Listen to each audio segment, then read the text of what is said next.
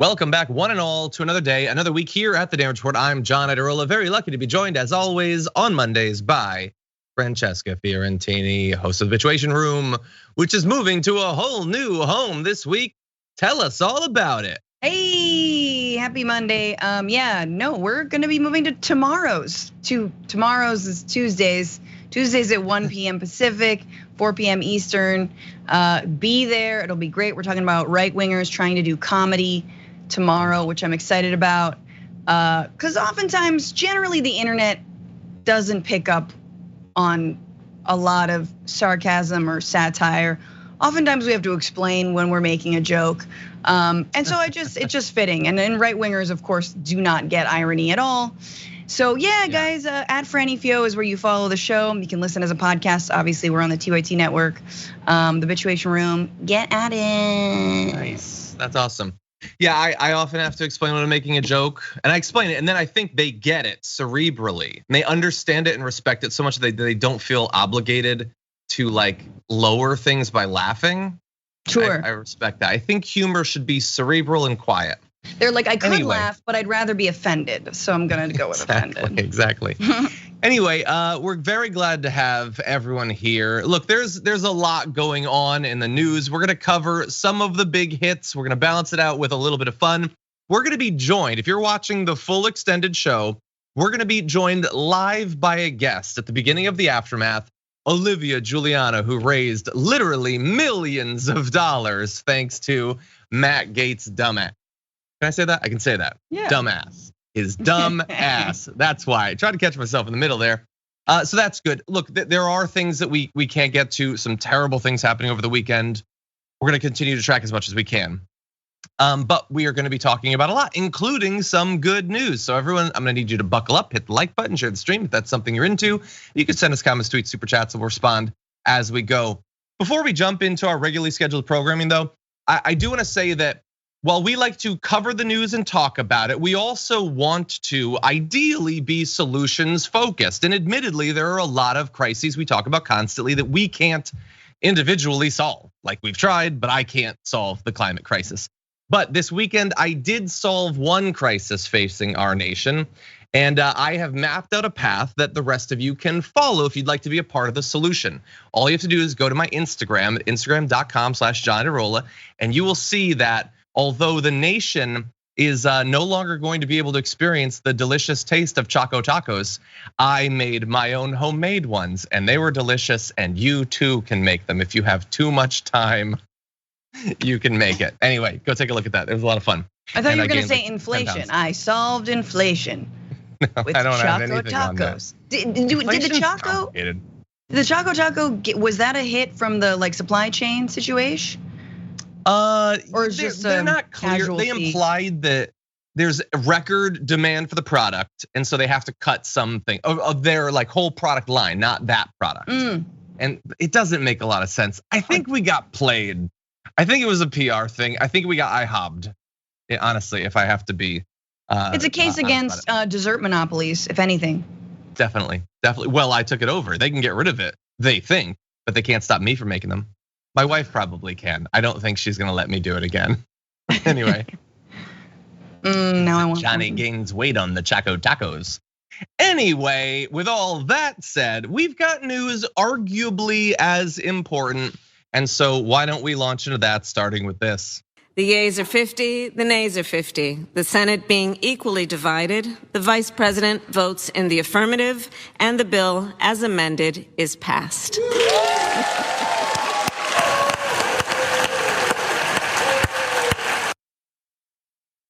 They actually did it. The Democrats did it. And by it, I mean literally anything. I've been begging them to, and they did. The Inflation Reduction Act has passed the Senate.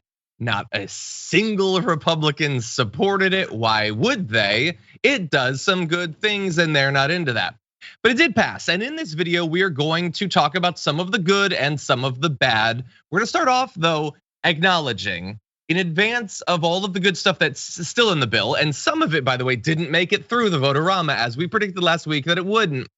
That initially, Build Back Better was supposed to be like $3.5 trillion and would have included things like paid family leave, funding for universal preschool, as well as expanding the child tax credit. All incredibly significant things that could have done a lot of good, both to help people who are struggling economically coming out of the COVID crisis, or in the area of family leave, just catching us up to the rest of the developed world.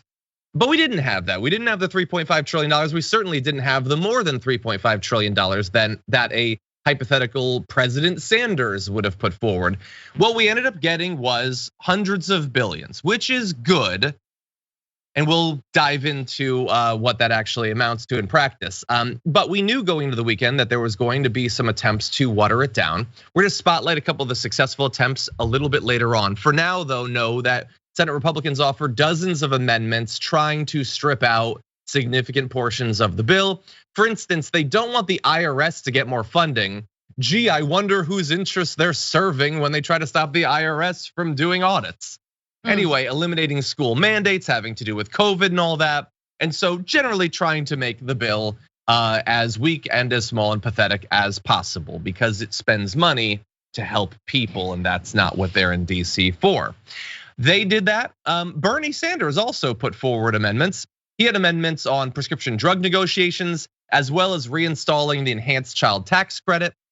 He also, by the way, tried to add an amendment that would have covered vision and dental care for seniors. Right. And none of these, unfortunately, worked. And he's been very critical of this bill because it's so watered down. He did end up voting for it. And I just want to quickly say that I saw a Twitter thread of some Biden-loving centrists so thrilled that Bernie Sanders failed in his amendments to try to get vision and dental coverage for America's seniors. They were so delighted to mock him that he failed to get, some 70-year-old's teeth fixed. Yeah. Just disgusting. There's a lot of disgusting to go around. It's amazing that all he wants to do is help seniors chew. And given the average age of the Senate, you'd think that would be, something they would understand. But of course, they've got great health care. They're not relying on Medicare. They've got amazing dental work. Obviously, I think Nancy Pelosi and even Joe Biden, honestly, let's be real, proves that every single day. A day without dentures for the Senate. Let's do it, people, and see if we can get some goddamn some dental care and some vision care for seniors. But you gotta hand it to Bernie for trying. I do think it is amazing to watch centrists be so excited, like you're saying, that he didn't get more for people. And let's be honest, we're at a time when there's a rollback of fundamental rights for half the population, specifically when it comes to people who can bear new life and who have to carry that life for 9 months and then give birth to that life, nurse it, take care of it for the rest of its life. Or whatever, 15 and a half or whenever it's cool to drop them off at a playground and be like, peace. But the point is this. 8. These are Republicans who claim that they love families, and they're still against something like paid family leave, still against universal child care, and Democrats can't even bring them to the table on their own BS, on their own anti-choice, whatever, Handmaid's Tale crap to be like, hey, you guys said you support families. What about even extending the child tax credit? No, they don't even want that. And John, you studied poli-sci, come on. There's something legislatively wrong, not just with the Senate in and of itself, but with 50 senators being able to not vote for a bill that they still helped to gut. What is that? How is that at all part of our democratic process? Well, that's sort of sick. That's the side that's sick leading into it, assuming that the House, which is going to pick it up on Friday and vote on it, and then it would almost immediately be signed. We get to experience over the next 3 months or next couple of years something even sicker on the tail end. So what always happens when the Democrats pass a bill and the Republicans don't support it, but it passes? What happens on the other side? Do you know? The Republicans brag about bringing home the money they voted against.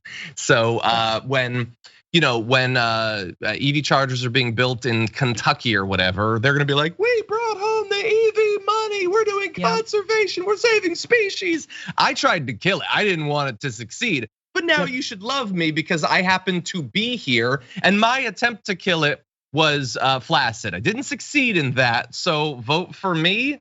That's what they're gonna do. But anyway, we're talking now about some of the good. And by the way, we still got more bad coming, but just to reiterate, if you're coming into this process a little bit late, some of the good in the Inflation Reduction Act, $370 billion for climate change, that's good. That is, they say, the most that's ever been spent to deal with climate change, which is true. And it's true at the exact same time as the statement, and it is not nearly as much as we should be spending. It should be 10 times higher, but it is the most that we've ever spent. So that's good. Some of the most expensive drugs, Medicare will be able to negotiate for, not all of them and not immediately, but that's good.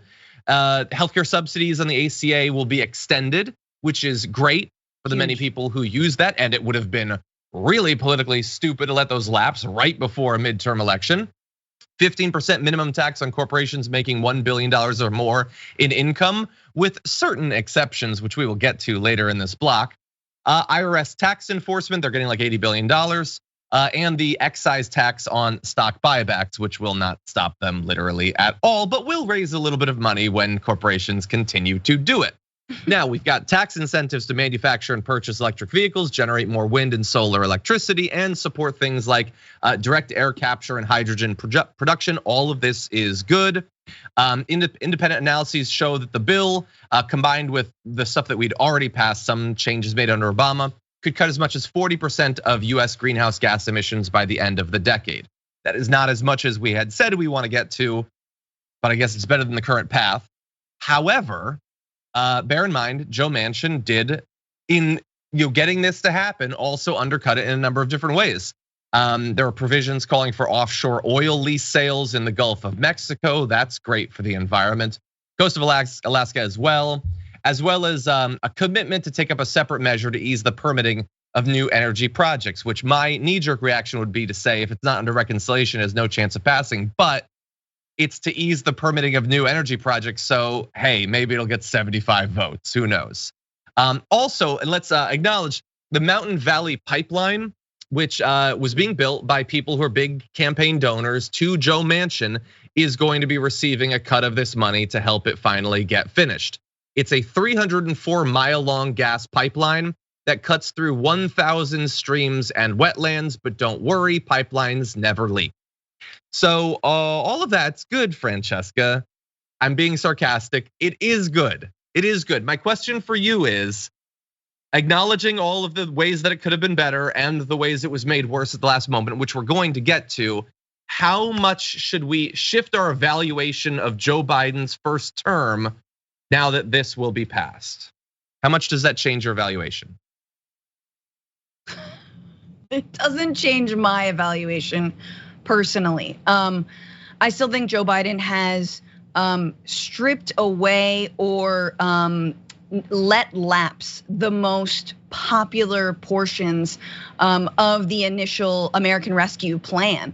And that was the child tax credit. And I also think he has not made good on some of his biggest campaign promises. And that would also be things like student debt. And I know we're gonna talk about that later. What it does show is that, yes, he can get something done and that the Democrats are not like utter buffoons, right? That they are not completely incapable of doing anything.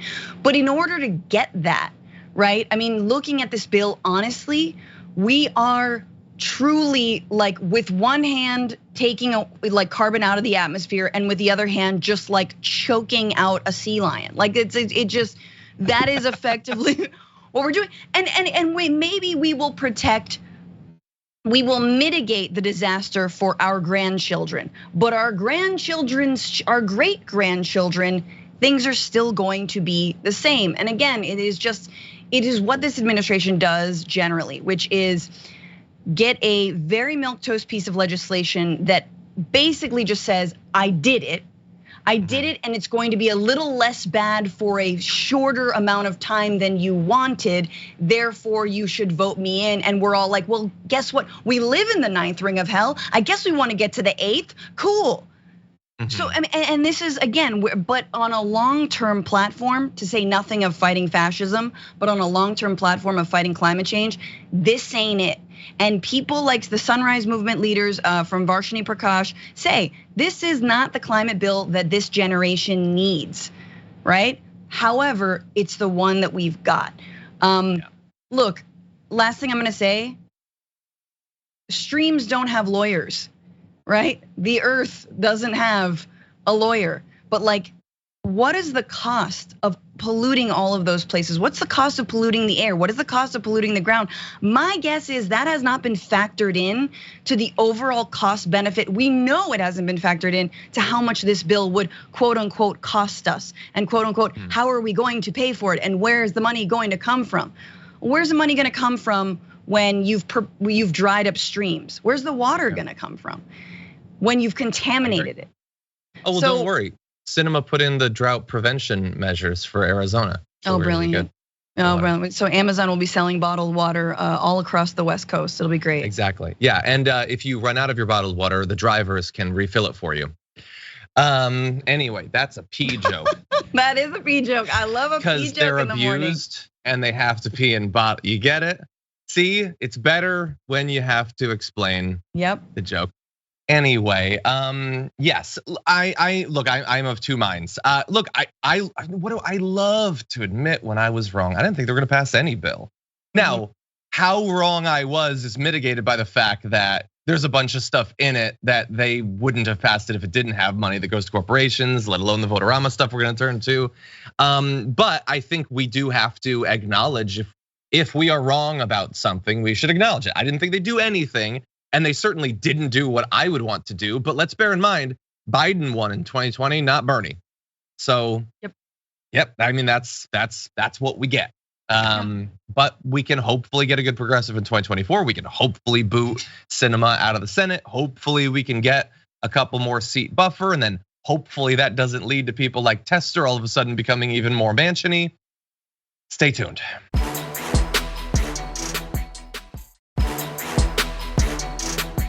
With that, let's turn to some of the other aspects of this. And we're not going directly into the video, but I'm gonna throw to the video relatively soon. Okay, I'm just making sure, Anyway, let's talk about this now.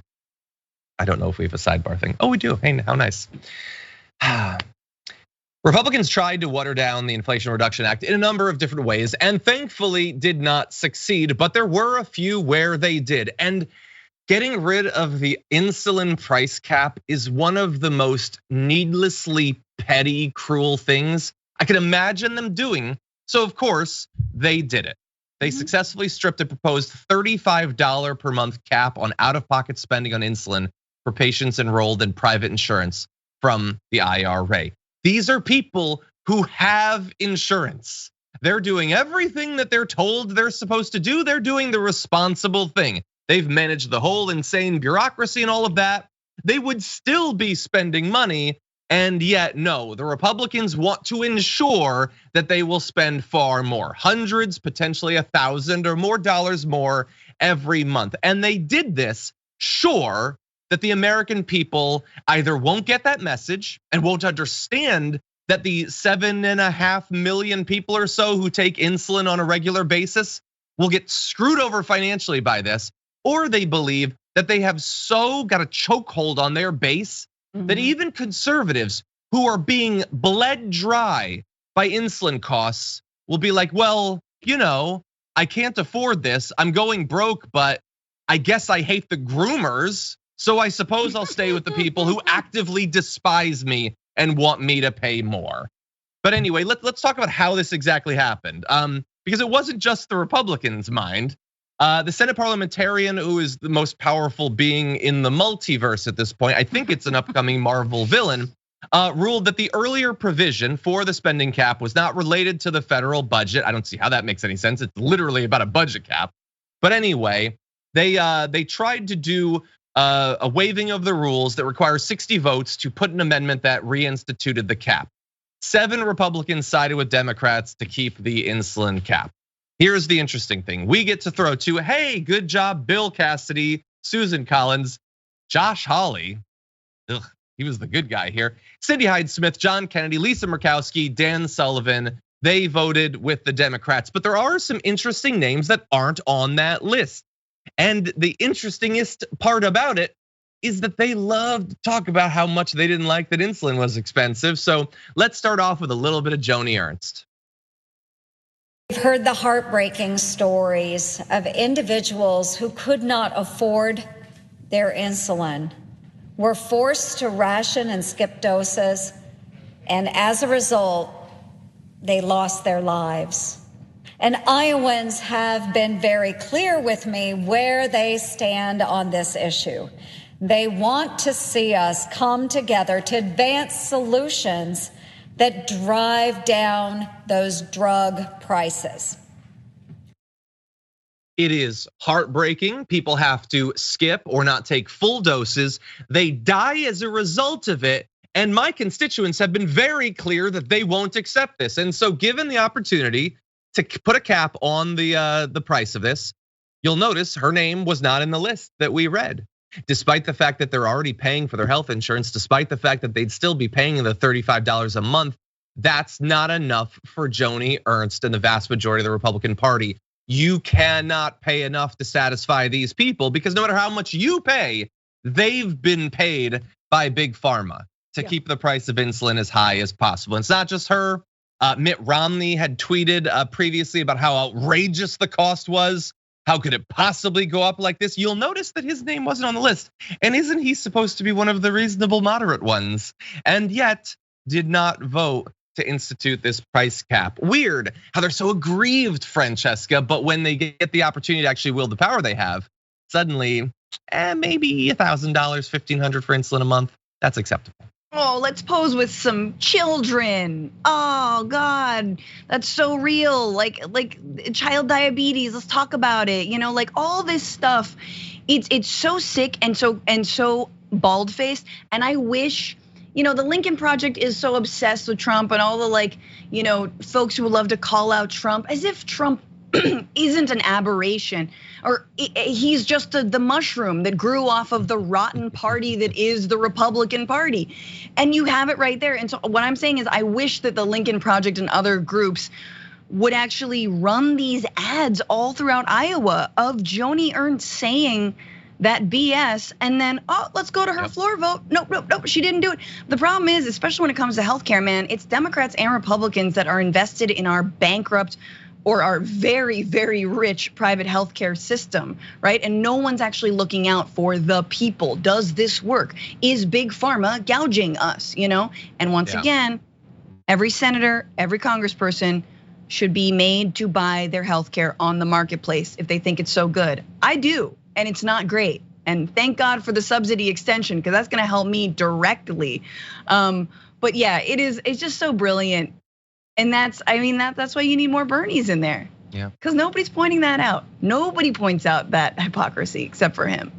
Yeah, by the way, there's a great picture going around of Bernie like sprawled on the steps of the Capitol, like exhausted from this votorama, like just trying to do the right thing and being despised by so many people who have been convinced that this guy who's fought his whole life for their economic interests is actually the biggest villain. It's my favorite too, because can you imagine just like being in the Senate for 24 hours, 48 hours sitting there and like just the amount of BS, and you're like, I need a break, put me in the shade. I don't care if it's 90 degrees in DC, I cannot listen to a single more 100%. word. Yeah. By the way, for context, one vial of a particular kind of insulin used to cost $21 in 1999. 3 years ago, it cost $332. That is a price increase of more than $1,000. But what is often left out of that is that the price of the tiny vials it's put in, those cost 1,000% more to make. And the tiny little micro globules of stuff they put in it is way more expensive and rare. Truffle pigs need to root through the deep parts of the Amazon to find it. And I'm making all this up, there's no excuse. They're just price gouging, that's all it is. And they're doing knowing it that the politicians will protect them and allow them to continue price gouging people who are literally desperate because their lives are on the line. Including Joe Manchin's daughter, helped raise the price of the EpiPen unnecessarily. Yeah, and knowing they'll be protected. Okay, with that, we have to be a little bit quick on this, but why don't we throw to our bump? No, we have to do it. You wanna do it after the break? That's crazy. That doesn't actually save any time. Ooh, you getting Okay, I'm yelled getting at. bullied. Our producer Sophie was gone for a week on PTO and she came back ready to fight. So fine, we'll go to a break because she says so. I'll see you all in a few minutes.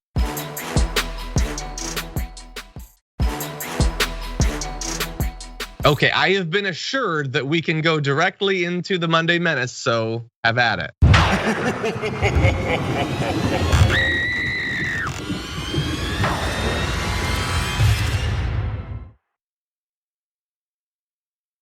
With this weekend's Vote-A-Rama, you knew that the Republicans were going to be gunning for the IRA, trying to strip it of everything that's good.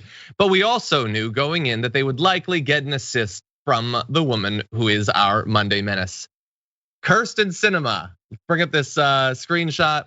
With Sinema's help, private equity firms win relief from proposed tax hikes. So you might be thinking, no, wait, we already know about this. We know about the compromise that she wanted to, do all these changes that provided additional loopholes and the carried interest and all that.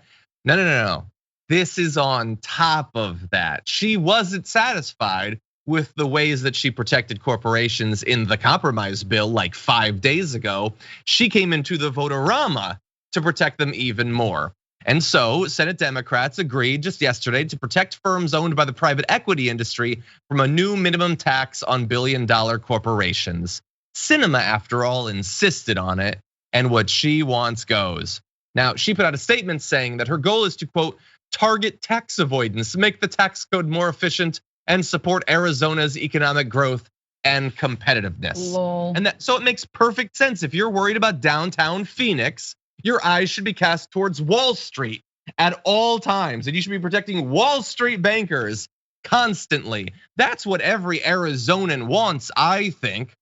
Anyway, she says a bunch of BS. It means nothing. I'll close by saying, did you know that she's one of the top recipients of private equity cash? No. Campaign donations? Only the 6th, actually. It seems like they kind of got a bargain on her. They gave her $260,000 this cycle. And if there's anything you know about an industry that can afford to spend $260,000 lobbying just one senator in one election cycle, and that doesn't even crack the top 5 that they've donated to, it's that they desperately need help with their taxes. That's a lot of money. Hard on them. That's a lot of money, and it's incredible because I mean her shirts don't even have sleeves, so like she doesn't have to pay for. It's less cloth ultimately. Let's be real here, people. Private equity firms are everywhere, and I'm trying to understand their sort of Cthulhu tentacles that stretch everywhere from housing to hospitals to like every sector of our lives, and they're basically just turning our lives into a casino just for the ultra rich. You can't, as a random citizen investor, again, only 10% of Americans own like 90% of the stock or something like this. Very few of us are actually invested in it. But this is even like, forget GameStop. This is like cut out from that. This is like the elite of the elite of the elite. And of course, if we ever have another 2008 financial crisis, you think we're ever gonna see $1 out of these fools as they shut down hospitals? As they just leave buildings abandoned, as they like abdicate their responsibilities? We're being so much more reliant on these entities, and it's dangerous as hell.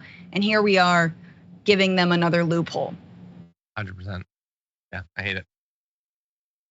Okay, well, that's your Monday Menace. We're gonna move on to another topic in just one sec. I just wanna clarify, I saw someone chatting about this mug. To be clear, this is not a mug that I made of me and my dog. That's actually not my dog. This is JR's dog. His wife very nicely made this mug after I was like taking care of him and walking him and stuff. He's a very good dog. So it's not mine. Mine has actually been having a tough time over the weekend. He had an allergic reaction of some kind to a flea medicine. And so, yeah, it was a difficult weekend. Oh, sorry. Anyway, he's good now. I think he's getting better. Okay, with that, we're gonna turn to very different material, starting with this. Jackson, my doctor. Dr. Ronnie, where's Ronnie? Where's Ronnie? Oh, he was the White House doctor. He was a great doctor, He was an admiral, a doctor, and now he's a congressman. I said, which is the best? If you had your choice. And he sort of indicated, doctor, because he loved looking at my body. It was so strong, powerful. But he said, I'm the healthiest president that's ever lived. I was the healthiest. I said, I like this guy. I don't know who the hell he is at the time. I said, but I. There's so much to love about that. Ronnie Jackson, just keep on making a fool of yourself. He's standing up. Yes, I'm being acknowledged. Oh, he's joking that I love to leer at his naked flesh. Great. I'm glad I stood up at this point. And anyway, look, Trump is joking. What he's doing there is the thing that I keep being told is him being charming. And I guess on some level that's true. He seems to understand that he does not have a strong, powerful body, and most people probably do not want to gape at it. However, his following does seem to think that that's true. They love photoshopping him on Rambo and on Thanos and on basically anyone with like the cool V on the abs. That's really seemingly how they picture him. And they really do worship this guy. So it's good that he can have a sense of humor about it. But I wish his base would catch up when it comes to evaluations of exactly the sort of person he is. Francesca, what do you think? I mean, I think, look, comedically amazing, but that's sort of when you follow up with a like, you guys laughed a little too hard at that one. I worked out in 1989 once. I went to gym. Like it is a little bit like, can we reverse psychology him into like actually not being a disgusting POS? I don't know, maybe. But yeah, no one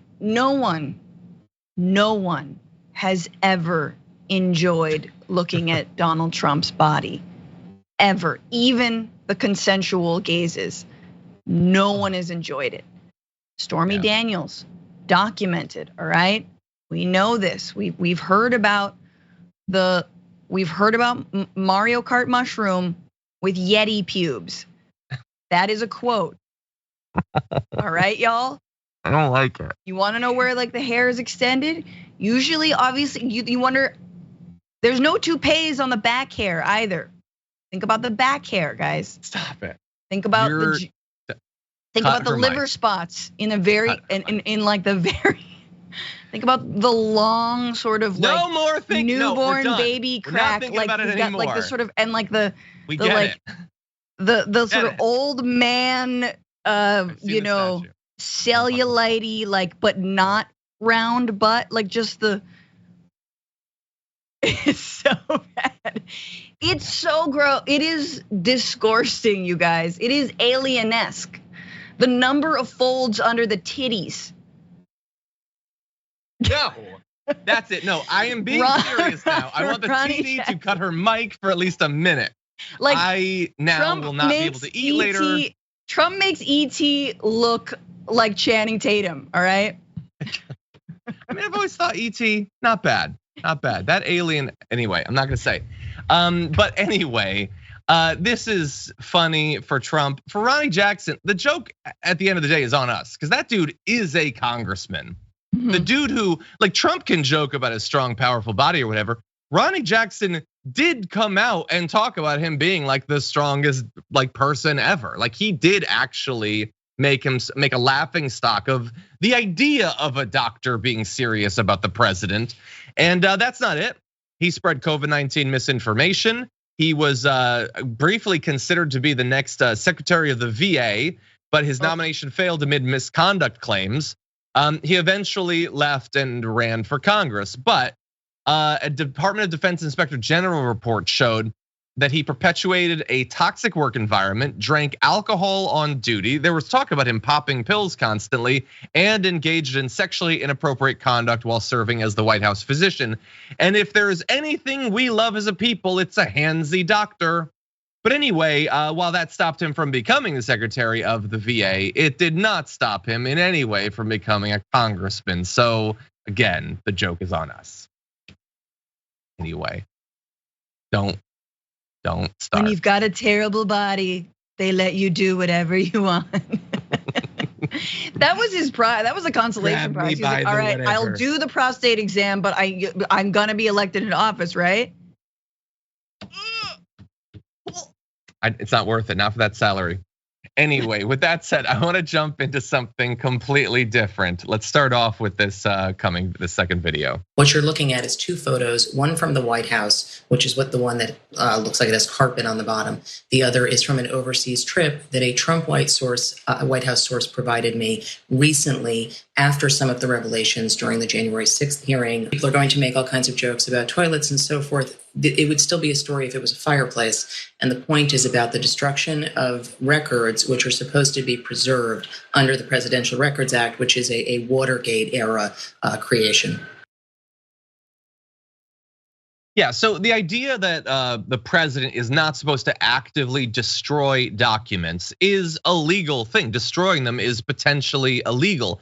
And the reason I want to focus on this is that I love the idea that the president could commit a crime and it would matter. I think that that's like a nice, quaint thing. It's like, thinking about some of the hobbies you had before the pandemic, the idea that we could catch them by them breaking the law. No, he did it and nothing will happen. You're seeing the photos next to me. Those are from one's from the White House, one is from a trip. He regularly takes the documents that are supposed to be preserved, rips them up and throws them away. The only thing that really makes this more fun is that he denied it and got caught out. But on the story, Maggie Haberman says, Mr. Trump was discarding documents this way. It was not widely known within the West Wing, but some aides were aware of the habit, which he engaged in repeatedly. The fact that they knew so much about what was going on in the toilet makes me worried for their sanity. Yep. He says it's not the only way that he ripped up documents. He often would just shred them and they'd have to be put back together. But sometimes he went farther and threw them in the can for some reason. When this was initially alleged a year or two ago, he called Maggie Haberman, Trump did, a maggot. He said she was lying, it was fake news, and she's a maggot. And now we have the photos. So I guess they can't really deny it, but Taylor Budowich, spokesperson for Trump, says you have to be pretty desperate to sell books if pictures of paper in a toilet bowl is part of your promotional plan. We know there's enough people willing to fabricate stories like this in order to impress the media class, a media class who is willing to run with anything as long as it's anti-Trump. If there's anything I know about Taylor Budowich, Trump spokesperson, is she doesn't like the media class. She's just a spokesperson for Trump. Which is weird. Anyway, they're not even really denying anymore. Yeah, no, he ripped up papers, he threw them away because he knows that he's above the law and he can do whatever he wants. It's so funny to me, like the Trump and the New York Times relationship and the Maggie Haberman relationship is just the most hilarious like 3-part play of like you could have, she was in the palm of your hand. You screwed up the relationship. You were so corrupt. She tried to do everything to make you look human and decent, and you couldn't even play her. When you can't play the New York Times, when they're coming to the White House early on, do you remember early in the early years of the Trump administration, trying to write like fluff pieces about you, trying to hear your side of the story, and you can't play that? Bro, that's on you. That's on your entire administration. That's how corrupt these fools are when Maggie Haberman can't be played. Maggie centrist ass Haberman. I'm sorry, Maggie Haberman, who wants to bend over backwards to make Trump look good. But in the end of the day, watch this book, you guys. Yeah, there might be a photo of some ripped up documents, but the book will be like, for all of his flaws, Trump really loves his family. And you have to hand that to him. And as one day when Jared was wistfully looking up, like, that's what it's gonna be. Yeah. That's what it's gonna be. Got to maintain that access. Got to maintain access to the toilet. Yeah. That's what you need. Anyway, I don't know, the image of him just taking like the government and throwing it in the toilet, it just seems sort of perfect. It's almost poetic. He was doing that before, right? Isn't that amazing? Like you don't just learn to do that. That's like from like Fred when he was little and was like, so 2 things. 1, your mom's a bitch. And 2, always put documents in the toilet. Let me show you, Donnie. Yep. No, you can't get a hug. Ew. Oh, God. Anyway, Jesus, we're gonna take our break. When we come back, we've got a little update on what could be coming to Ukraine soon. It's one of the craziest things. Don't go anywhere. We'll be right back.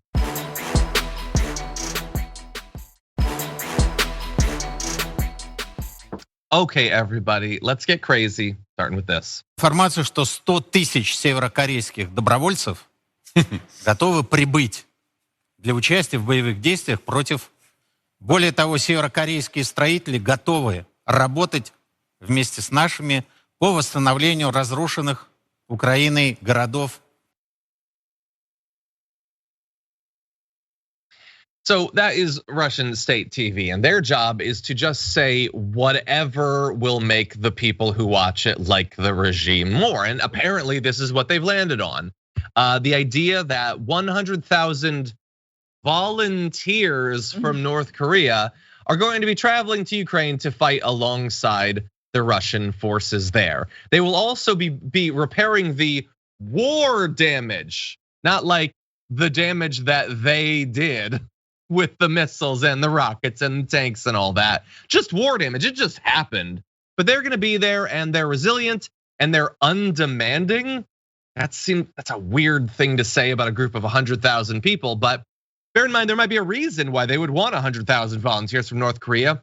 The US estimated late last month that 75,000 Russian soldiers have either been killed or the majority of which injured in Ukraine. Over 80% of Putin's land forces are bogged down and tired. And we've previously reported about the number of their officers, including generals, who have died. And so maybe they've got a deal going with North Korea. Maybe they're volunteers, like North Koreans are volunteers on literally anything that happens there. Or I don't know, Francesca, maybe they do want to go. What do you think? They're not volunteers. But if they do want to go, it's because they're planning an elaborate defection strategy to fake their own deaths and try to remain in Russia because it is probably, in fact, certainly better than living under the North Korean regime. I am still haunted by the images of seeing the North Korea from satellite, and at night there's no lights. There are no lights. Because there's very little electricity, there is very little access to basic human provisions. To say nothing of the year 2022, I don't know, 1990, 85 basic human rights for that year. So it's just amazing that like Russia's touting this is like, oh, our great allies in North Korea, the lovers of human rights. North Korea. 100%. Yeah. Look, if you're in the state media, then you're, I guess, in a difficult position. You're supposed to put a happy face on literally everything that happens. And so they spent a couple of months implying that the whole thing's gonna be super simple, done, wrapped up in the next couple days, which I understand because many people internationally thought that it would be wrapped up really quickly. That's not true. It's been absolutely devastating economically for them, as well as the countless thousands who've needlessly died. And so now they have to cover for it. And they have to spin. It's not that 100,000 are going. It is, assuming that is true, that 100,000 are needed to go. And they're spinning that as a good thing. That they need a massive army of people who've been strong-armed out of North Korea to go, and it's probably not gonna happen anyway. But they're trying to spin the need for 100,000 additional forces as a good thing. I would like to present an alternative that unfortunately will never be discussed on state TV, and so the people will never consider. But you could leave. They could leave right now. In the next 3 days, all of the forces could be out of Ukraine. They could just go, and you wouldn't need any North Korean troops. You wouldn't lose any more of your own troops. You could start to stabilize your economy once again. You could start to try to repair some of the damage that's been diplomatically done to Russia. You could do all of those things, and you know what you'd lose? I don't know. Nobody seems to be making the case for what exactly they still hope to get out of this war, other than tens of thousands of additional casualties on both sides. So maybe just go. I think that would be cool. And I understand that Putin doesn't want you to. Go anyway, just leave, go back home. No, but they have to recruit another regime that cares about its own population even less than they do. Burn through them.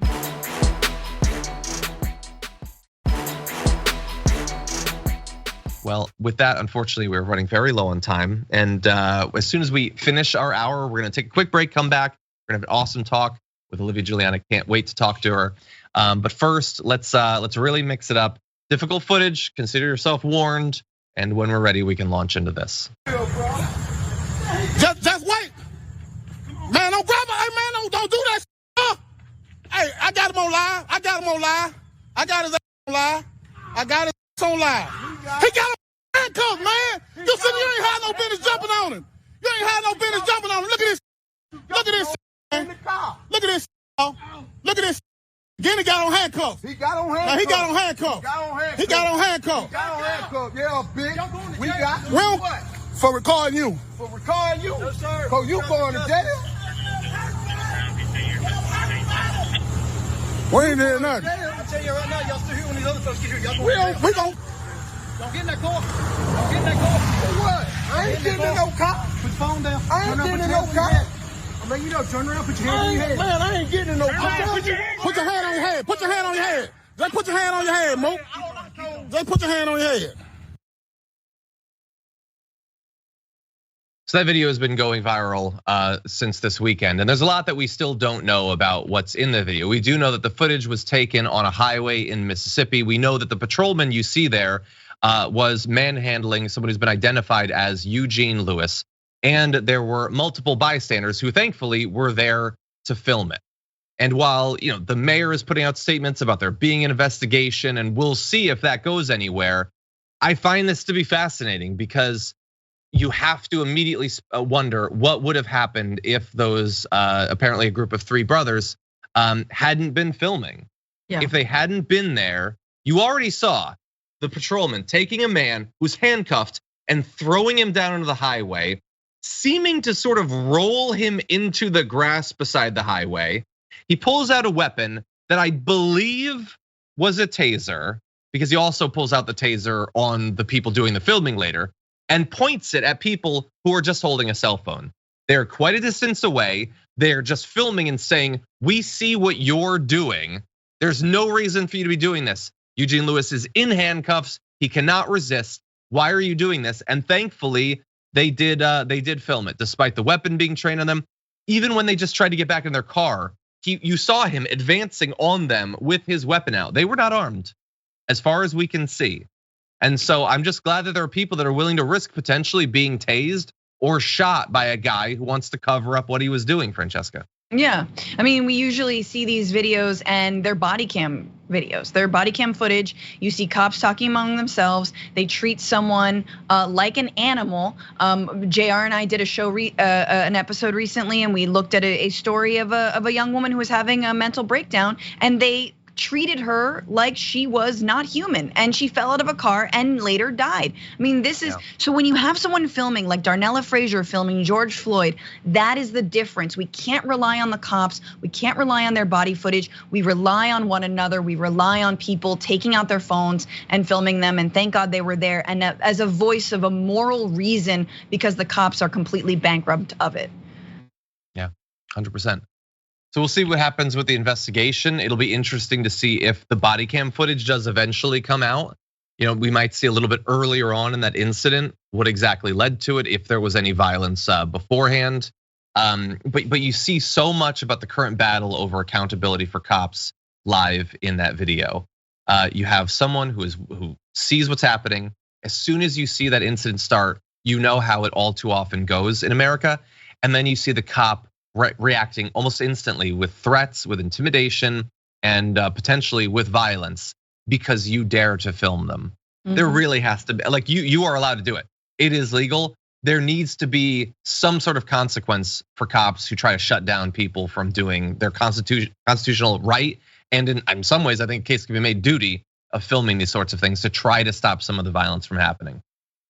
Anyway, with that said, we are unfortunately out of time for this first hour, but there is more coming if you're watching the full extended show. A little bit more news, as well as a talk with Olivia Giuliani, who successfully raised literally millions of dollars thanks to Matt Gaetz being the worst person ever.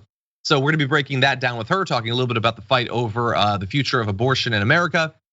And there's more news besides. So thank you if you've been watching on the linear platforms or on the podcast, but for those on other platforms, don't go anywhere. We're gonna take a couple-minute break and then we'll be back.